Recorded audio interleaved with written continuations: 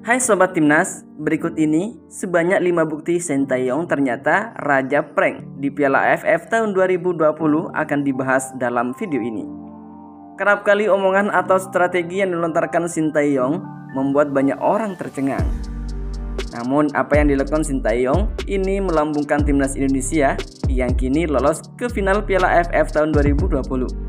Lantas apa saja bukti Sintayong ternyata juga prank di Piala AFF tahun 2020? Kita mulai dari nomor 5, main menyerang. Sintayong sempat mengiyakan ketika diajak pelatih Vietnam Park Hang-seo untuk adu serang di matchday ketiga grup B Piala AFF tahun 2020. Saat itu Park Hang-seo meminta Sintayong untuk menyerang dari sisi sayap yang disebut-sebut sebagai kelemahan Golden Star julukan Vietnam.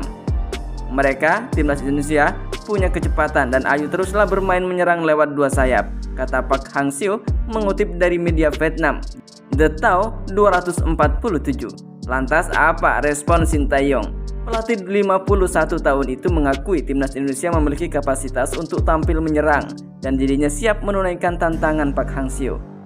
Pendapat pelatih Park Hang-seo itu benar, kita bisa melakukannya tampil menyerang, kata Sintayong. Namun kenyataannya di lapangan tidak seperti itu. Sintayong meminta para pemain untuk bertahan total. Alhasil Timnas Indonesia sanggup menahan Vietnam 0-0. Nomor 4, cadangkan Evan Dimas. Evan Dimas merupakan motor serangan Timnas Indonesia di era kepelatihan Sintayong. Bahkan sebelum Piala AFF tahun 2020 bergulir, ia merupakan top skor Timnas Indonesia era Sintayong dengan koleksi 3 gol.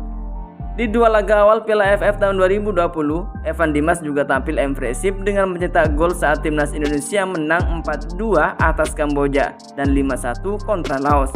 Alhasil, gelandang milik Bayangkara FC ini jadi buruan pelatih-pelatih lawan untuk dimatikan. Namun Sintayong membuat kejutan, bermula di laga kontra Vietnam. Di laga tersebut Sintayong mencadangkan Evan Dimas. Kondisi itu praktis membuat bingung pelatih-pelatih lawan. Nomor 3, Egy Maulana Fikri. Dalam sejumlah kesempatan, Sintayong mengatakan Egy Maulana Fikri kemungkinan besar turun di laga Timnas Indonesia versus Malaysia pada Minggu 19 Desember tahun 2021.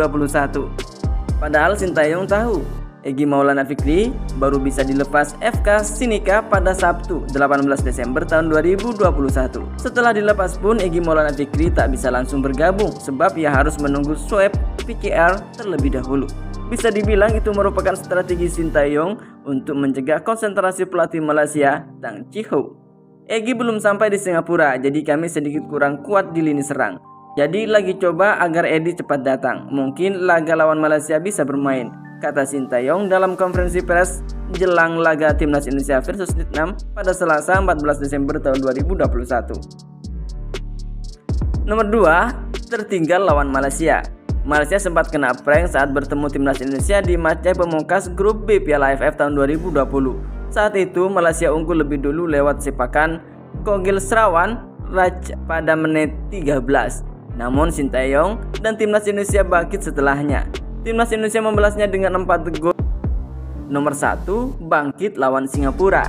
Timnas Indonesia tertinggal 1-2 dari Singapura di menit 74. Kondisi itu sempat membuat pecinta sepak bola tanah air khawatir karena laga menyisakan belasan menit saja. Namun semangat dari Sintayong membalikkan semuanya. Timnas Indonesia mencetak gol 3 tambahan. Sekarang harapannya Sintayong membawa Timnas Indonesia juara Piala AFF tahun 2020. Semenjak Piala AFF bergulir pada tahun 1996, prestasi terbaik Indonesia hanya menjadi runner up pada tahun 1996, 2000, 2002, 2004, dan 2016. Mitra orang yang berbahagia dimanapun Anda berada, itulah beberapa berita yang bisa disajikan oleh kami pada kesempatan kali ini. Jangan lupa terus dukung Indonesia dengan cara like, komen, dan subscribe serta nyalakan lonceng notifikasinya terlebih dahulu.